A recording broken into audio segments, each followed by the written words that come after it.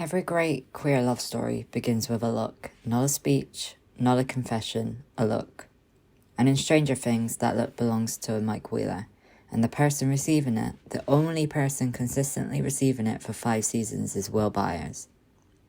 Not Lucas, not Dustin, not even Eleven.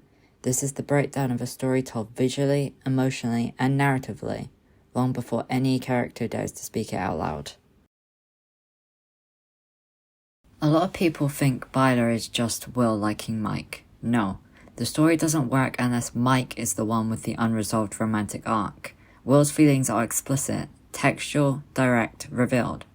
The real question of the show is, what has Mike been feeling this entire time, and why can't he say it? From season 1 to season 4, the emotional lens always sits on Mike when it comes to Will. Mike reacts the strongest. You made me think Will was okay, that he was still out there, but he wasn't. He wasn't. Mike panics first. We have to do something. Will can be in danger. Well, more reason to stay put. Mom! End of discussion. Mike avoids Will. Mike stares at Will. Mike softens only for Will. You're like a spy now. A super spy. Spying on the Shadow Monster. How do you know? We won't let him. Mike's identity crisis is triggered by Will. Will's arc depends on Mike, and Mike's arc depends on Will. Narratively, that's the definition of a love story.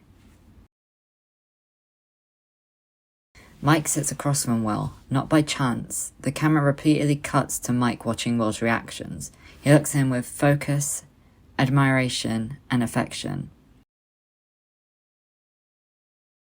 When Will disappears, Mike is devastated in a unique way. He spirals emotionally. Mike, what's wrong with you?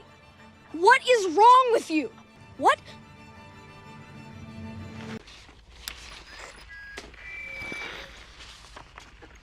He refuses to eat. He becomes obsessed with finding him. This isn't standard friend worry. This is attachment trauma. Kids don't respond like this to just one of the boys. They respond like this to a person who feels emotionally essential. Season 2 is where the show stops hinting and starts filming Mike, like someone experiencing first love he doesn't understand.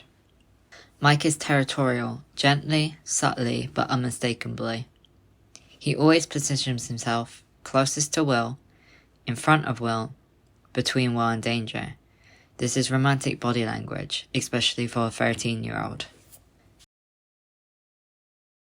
Mike sits beside Will, completely open, vulnerable, voice soft. I don't know. Sometimes I feel like I'm going crazy. He talks to Will like he's the only person he has left. The look Mike gives Will here. Hey, Will. If we're both going crazy, then we'll go crazy together, right? It's the look of someone terrified of how much they care. Not a friend look, a romantic look.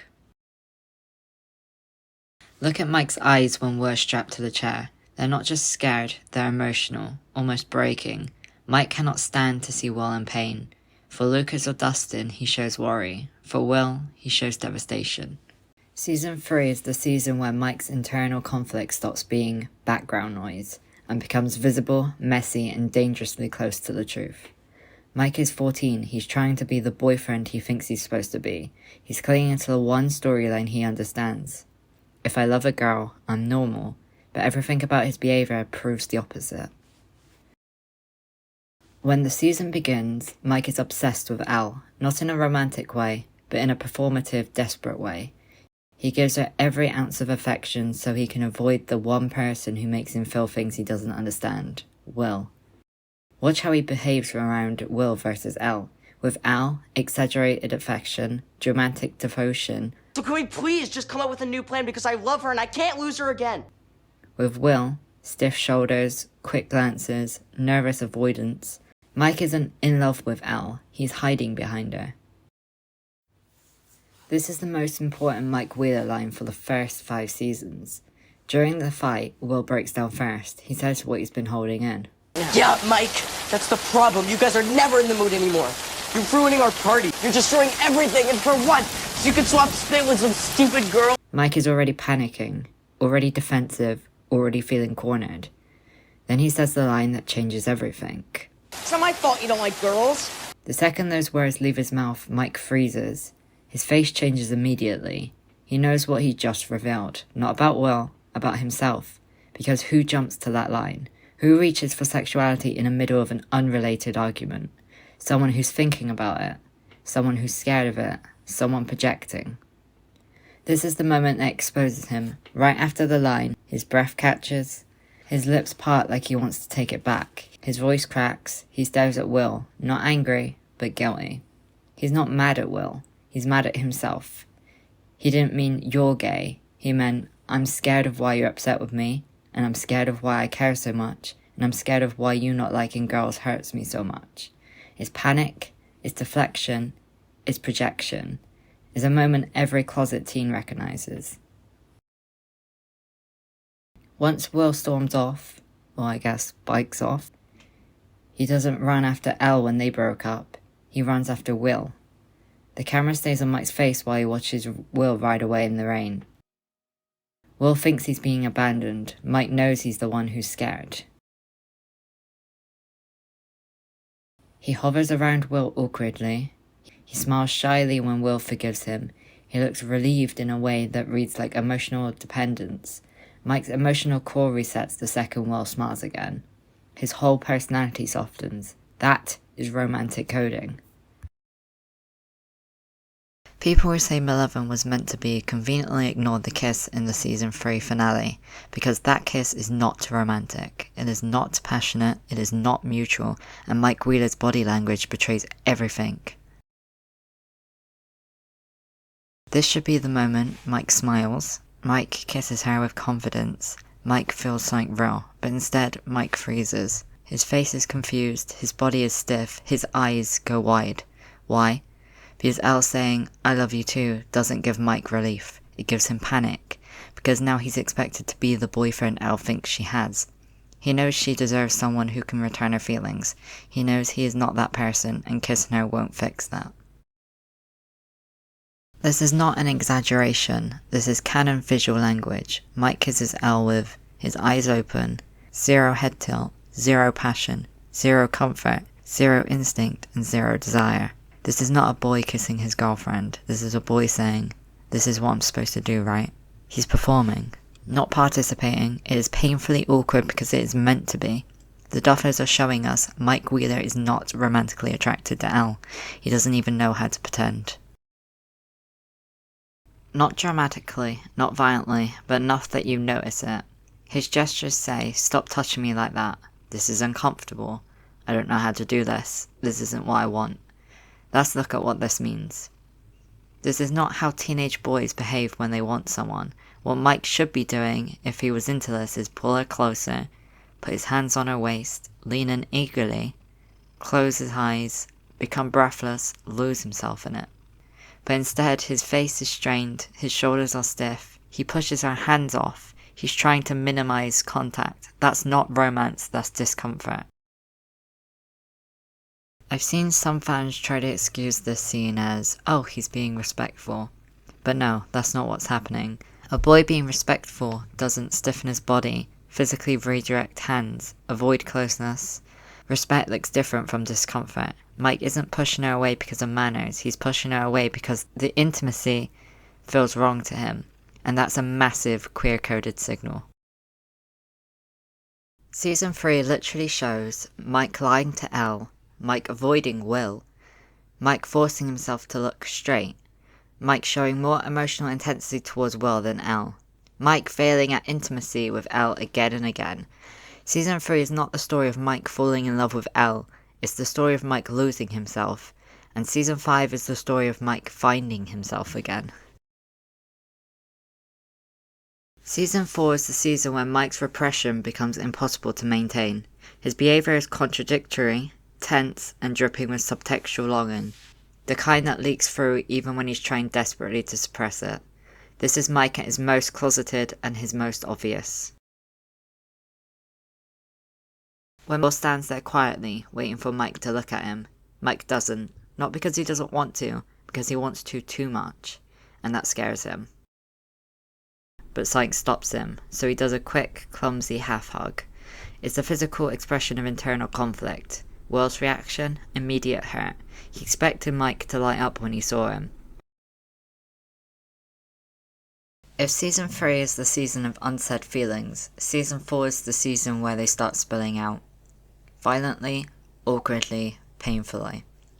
Despite everyone's best attempt to shut them down. Nowhere is this clearer than the Rinkomania fight. We're friends! We're friends! Spoiler, he says it too fast, too harsh, too panicky, because he's lying to himself.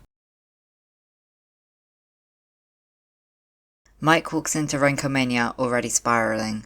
He's forcing this hyper-straight performative boyfriend persona, lack of eye contact, Mike's desperation to look normal to Al, and Will feels invisible. The actual argument begins with Mike's bottled up guilt turning into misplaced anger. He's not just complaining, he's lashing out. Why? Because Will's disappointment hurts him in a way that feels dangerously close to romantic rejection. Mike doesn't understand why Will's attention matters so much, but he feels it, and that makes him defensive. This is the moment where Will finally cracks open. Honestly. Mike freezes because the idea of Will feeling pushed aside, that hits Mike where it hurts the most. But Mike can't handle it, so he tries to push the blame away. This is the line that shatters Mike's whole facade. Well, what about us? It's soft, explosive, but it's dangerous. Not dangerous for Will, dangerous for Mike, because he hears the real meaning beneath it. Mike's entire face changes. He goes rigid. He lowers his voice. What? Not what do you mean, not confusion, it's fear. Pure fear. Because Will has just pushed on the one bruise Mike has been Mike looks wounded, not angry, because Will is right.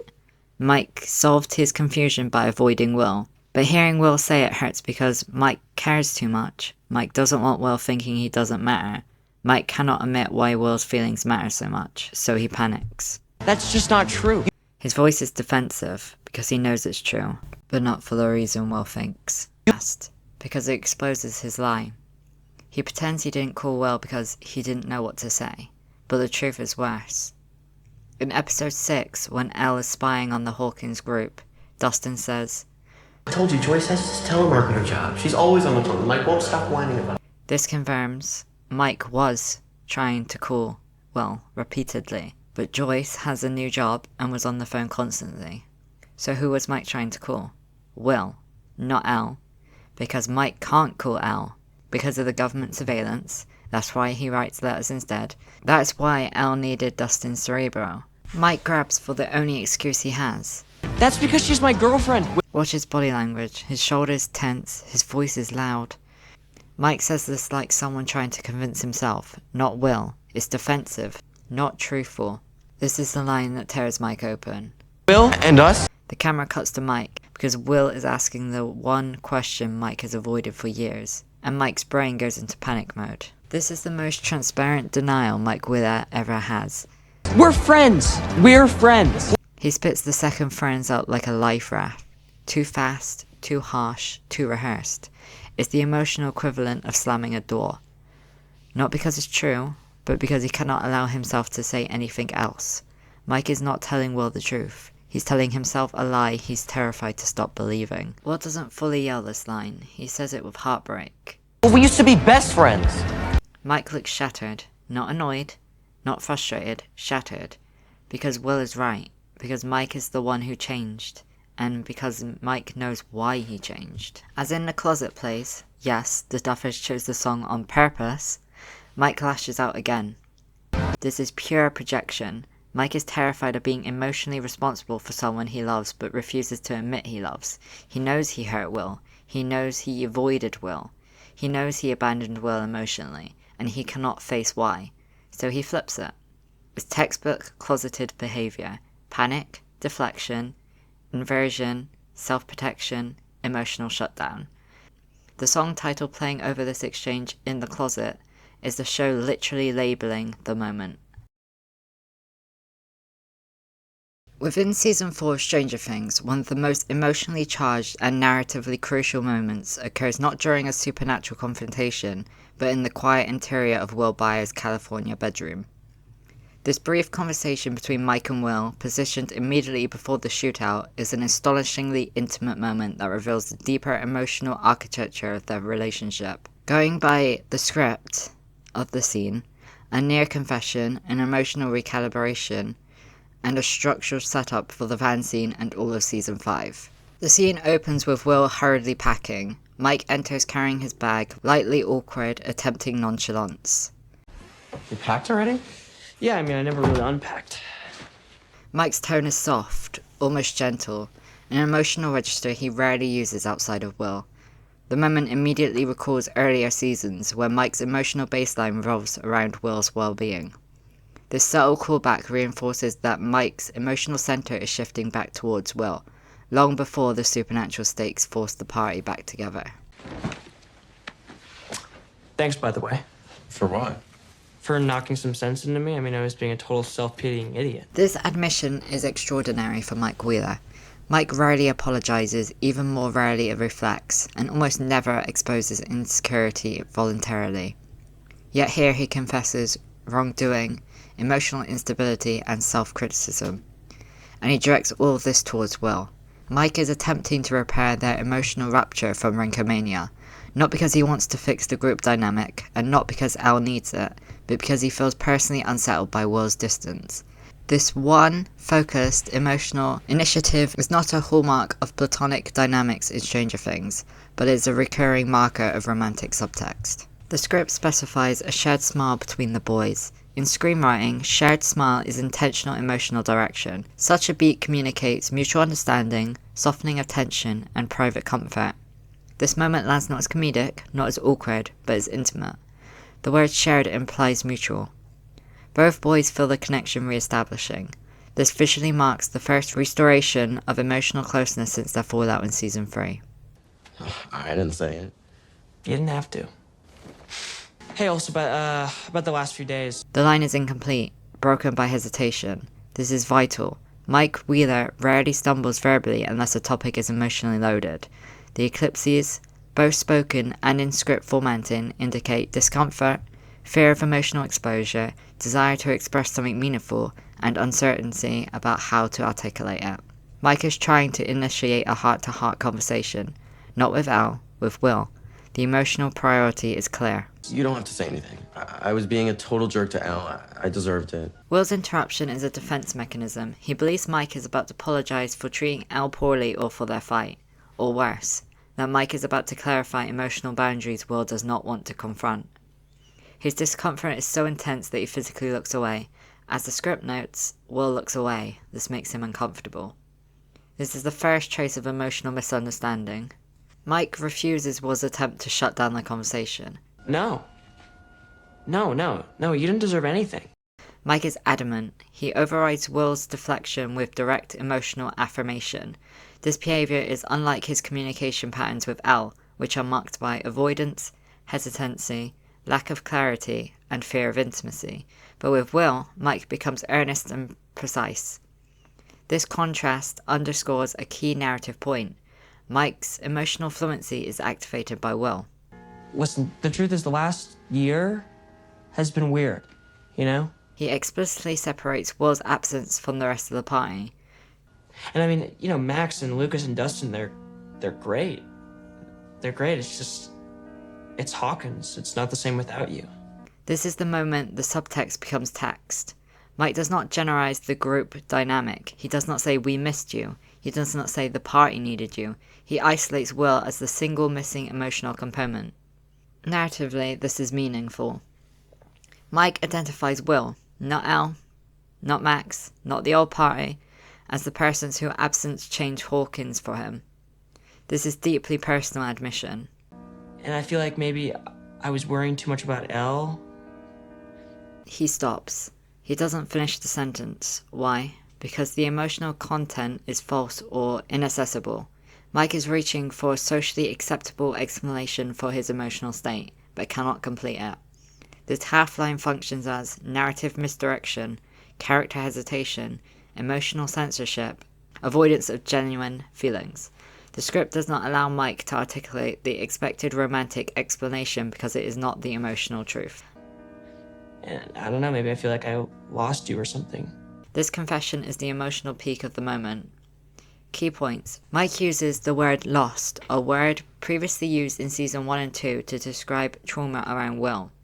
His phrasing is hesitant. or something, signifying reluctance to name the true emotional stakes. His tone is serious, fragile, vulnerable. The line parallels romantic near-loss confessions in cinema. I thought I lost you. Their mission precedes a moment of shared eye contact, noted in the script as Will finally looks at Mike, emotional. This is mutual emotional recognition. The moment has romantic structure, confession, emotional eye contact, soft acknowledgement. This is not typical for a purely platonic dynamic, especially given Mike's history of emotional repression in Season 4. Does that make sense? I have no idea what's going to happen next. But whatever it is, I think we should work together. I think it'll be easier we're a team. Friends. Best friends. Cool. Cool. This moment is abruptly ended by the doorbell and Jonathan's entrance. This is deliberate. That was fast. 30 minutes or less. All right, you guys ready? Yeah. Interrupted intimacy is a screenwriting technique used when a conversation is too emotionally charged, characters are not yet ready to face the truth, the writers intend to revisit or resolve the tension later. This pattern appears in romances, queer coming-of-age narratives, slow-burn emotional arcs, and unresolved relationship tensions. This interruption ensures the confession remains unfinished, preserving the tension for the van scene. The final action of the scene. This action is layered with meaning. The painting represents Will's love for Mike. Will hides it because the conversation became too emotionally direct. The panic signals fear of exposure. The painting's concealment foreshadows the emotional collapse in the van scene. This is symbolic storytelling. Will hides the truth literally and figuratively. Mike speaks the truth without fully understanding it. Their arcs diverge emotionally in this exact moment. This bedroom conversation established 1. Mike's emotional dependency on Will. He confesses feelings of loss and longing. 2. Will's fear of reciprocation. He shuts down the moment to protect himself. 3. Romantic coded dialogue. I felt like I almost lost you is a confession in all but name. 4. Interrupted emotional intimacy. A classical cue for unresolved romantic narrative. 5. The setup for the van scene, where their emotional misunderstanding reaches its breaking point. 6. Direct narrative continuity into Season 5. Mike's behaviour in Season 5, referring to Season 1 and Season 2 Mike, hyperfixated on Will, emotionally exposed, is rooted here in this unfinished confession. This is not a friendship catch-up. This is a scene constructed with the emotional grammar of a developing romance. The Surfer Boy Pizza van scene is not about Mike discovering Will's feelings. It's about something far more subtle, and honestly more tragic. It's about Mike receiving a love confession he is completely unprepared for, and Will giving one he cannot survive, and both boys missing the other's truth entirely, because Mike doesn't see Will cry. Will doesn't know how much Mike needed that speech, and the audience watches two boys emotionally collide without either of them understanding the impact. People often misinterpret the speech as Will helping Al. No, the speech is designed to hit Mike where he is most fragile, and it works. Will talks about needing Mike, believing in Mike, seeing Mike's worth, Mike being the heart, Mike being special, how Al, supposedly, thinks the world of him. Mike's face during this, shiny eyes, soft jaw, breathing slower, hanging on every syllable, is not romantic awakening. He's not at that stage yet. It's validation addiction. Mike needs the reassurance. He hasn't gotten it from Al. He hasn't gotten it from the party. He hasn't gotten it from anyone. Only Will has the words Mike has been desperate to hear, and that's why he listens so intensely. This is the part of the van scene that destroys people once they actually understand what they're seeing. Because for a full scene, two boys who love each other in ways they don't understand are speaking in circles, both telling the truth, both hiding the truth, and both accidentally breaking the other's heart without realizing it. And it all revolves around a simple, fatal mistake. Mike thinks Will is talking about Al. Will is talking about Mike, and neither of them knows the other's real meaning. This is what makes the scene so devastating. Will speaks from his heart, but uses Al as a disguise. Every time Will expresses emotion in the van scene, he never once says, I need you. I believe in you. You're the heart to me. I feel this way about you. He says, Elle needs you. Elle feels this way. Elle can't live without you. Elle commissioned the painting. Subtextually, emotionally, symbolically, he's talking about himself. But he's using Elle as a mask because he's terrified to be exposed. He thinks he'll ruin everything. He believes Mike can never feel the same. He wants to protect Mike from knowing the truth. He wants to protect himself from rejection.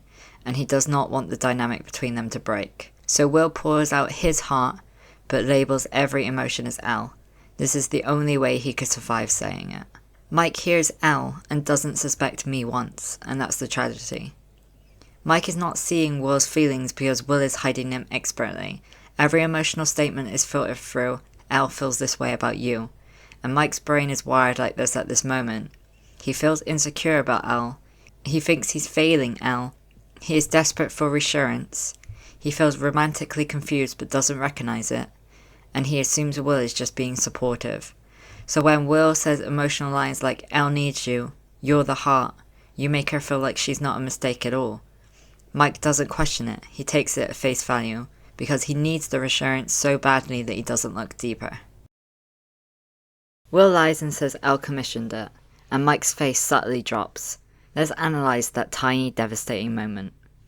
Mike's expression before Will's answer: hopeful, confused, emotionally warm, slightly nervous, drawn in and soft. After Will says, Elle asked me to, she commissioned it, basically. I mean, she told me what to draw. Mike's expression shifts, jaw tightens, eyes dim slightly, excitement fades, his lips pull inward, his posture retreats. This is so important. Why does he react like that? Because some part of him felt something when he thought Will painted it for him. Something personal, something intimate, something meaningful. The moment Will attributes it to Elle, Mike shuts that part down. He tells himself, oh, it wasn't for me. It wasn't special. I misread it. But he didn't misread it. He just doesn't know he's in the conversation Will is actually having. Here's the emotional paradox. Mike feels the confession, but does not recognize it as a confession. His eyes get shiny, his face softens, he leans forward, he absorbs every word. Why? Because Will is talking directly to Mike's deepest wounds. Fear of not being loved, fear of not being needed, fear of failing, fear of not mattering, fear of being replaced. And Will is soothing them with comfort, reassurance, belief, and unconditional emotional support. Mike feels loved. He doesn't realize Will is the one loving him. At the end of the speech, Will turns towards the window, his hand covers his mouth, tears stream down his face silently. Jonathan watches through the mirror. Mike glances over briefly and then immediately looks back at the painting. This is not obliviousness, it's emotional compartmentalization. Mike sees something is wrong, but looking too closely at Will right now would open a door he's not ready to walk through. So he pulls his attention back to the painting, because the painting is safe. Will's feelings are not. Mike is not ignoring Will maliciously. He's protecting the fragile little emotional bubble he just received from the speech. If he looks at Will's tears, he'll feel guilty. He'll start asking questions. He might understand what the speech was actually about, and he's not ready for that. So he looks away. It's tragic, but realistic. This is why Jonathan's perspective mattered so much. Jonathan watches the whole scene through the mirror. He sees Will fall apart. He sees Mike listening intensely. He sees the emotional misalignment. And he sees the heartbreak brewing. He knows Will is in love. He sees Mike reacting in ways Mike doesn't understand. Jonathan is the only one in the show who sees the full truth. And the show confirms this silently, through framing, not dialogue. Will thinks, I just told Mike everything I feel, and he didn't hear me. Mike thinks, Will just reassured me about Elle. Reality, they are having two entirely different emotional conversations layered on top of each other, and neither of them know the other's truth. This is one of the most important visual choices in the entire show. The final shot of Season 4, Joyce and Hopper, couple, on the right, Nancy and Jonathan, couple on the left, Mike and Will in the center, Elle standing slightly apart and alone. The arc, the Duffers are quietly positioning Byler as the unresolved and central emotional thread leading into Season 5. Let's summarize what the fan scene tells us about Mike specifically. 1. Mike relies on Will emotionally more than anyone else. Will's speech hits Mike harder than anything Elle has said in seasons. 2. Mike is not ready to face Will's feelings, not because he rejects them, but because accepting them means confronting himself. 3. Mike avoids looking at Will's tears because he senses something deeper. He feels the weight, but doesn't have the framework to decode it. 4. Mike chooses to stand beside Will at the end, not Elle. This is symbolic. Season 4 starts with Mike running from Will, and ends with Mike standing right beside him. That's arc, and that is exactly why Mike avoids Will, gets awkward around him, and spirals emotionally, because somewhere deep inside, his heart reacted to something he didn't consciously understand. Everything in Stranger Things follows a classical narrative pattern. 1. Will's arc. Unrequited love, fear, confession, resolution. Unrequited love that never resolves? Bad writing. The Duffers don't do that. 2. Mike's arc. Denial, repression, avoidance, emotional breaking point, acceptance. Acceptance of what? The story only makes sense if what he's accepting is his feelings for Will. 3. Elle's arc. Dependency, grief, identity shift, independence. Independence frees her from romance entirely. Look at the cinematography. Slow push-ins on their face, held eye contact shots, intimate lighting, shots of Mike staring at Will when Will isn't looking. Emotional climaxes happening between them, not between Mike and Elle. Season 5 framing them like the emotional center. Visually, they are almost always filmed in a romantic register. If you strip away the noise and look at the text, visuals, and arcs, Mike's love story is about Will, and Will's love story is about Mike. Elle's story frees them both, and her story is her independence. The final season is already pointing to resolution. Mike Wheeler has been in love with Will Byers for years, he just didn't know it until now.